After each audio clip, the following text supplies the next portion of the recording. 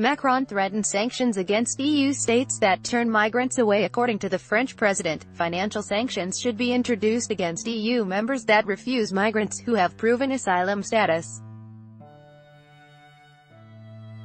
Speaking to reporters Saturday at a joint press conference with Spanish Prime Minister Pedro Sanchez, Macron stressed that Paris could not accept a situation where countries that benefit massively from EU solidarity give in to national self-interest when it comes to the issue of migrants. According to Macron, Paris and Madrid favor the setting up of closed centers on European soil for recently landed migrants which would take on refugees in a coordinated way, allowing for a speedy investigation of whether or not they qualify for asylum status.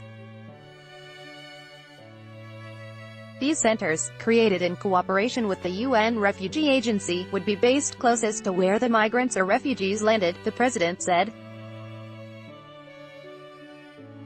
For those applicants who are not eligible for asylum status, Macron emphasized the need for European-level cooperation to send these people back to their country of origin directly, rather than via transit countries.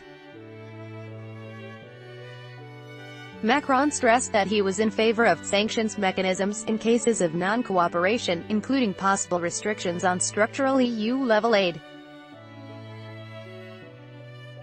The president's remarks come on the eve of an EU-level summit on immigration set to be held in Brussels on Sunday. The leaders of the Visegrad group of countries, including the Czech Republic, Hungary, Poland and Slovakia, refused to participate in the working meeting, complaining that such meetings should be organized by the European Council, not by the European Commission. According to Hungarian Prime Minister Viktor Orban, the Visegrad Group favors the idea of screening centers outside the bloc where asylum seekers could present their case for protection. Budapest has proposed such centers in Africa, with Rome voicing its support for the idea. The EU's Migration Commissioner ruled out the proposal, calling it a Guantanamo Bay for migrants that's against our European values.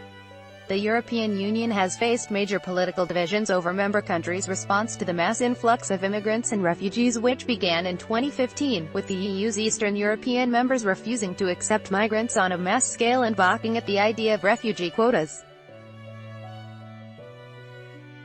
The current crisis is the most serious migration-related issue Europe has faced since the Second World War, and stems from the armed conflicts and economic problems plaguing a number of countries of Africa and the Middle East.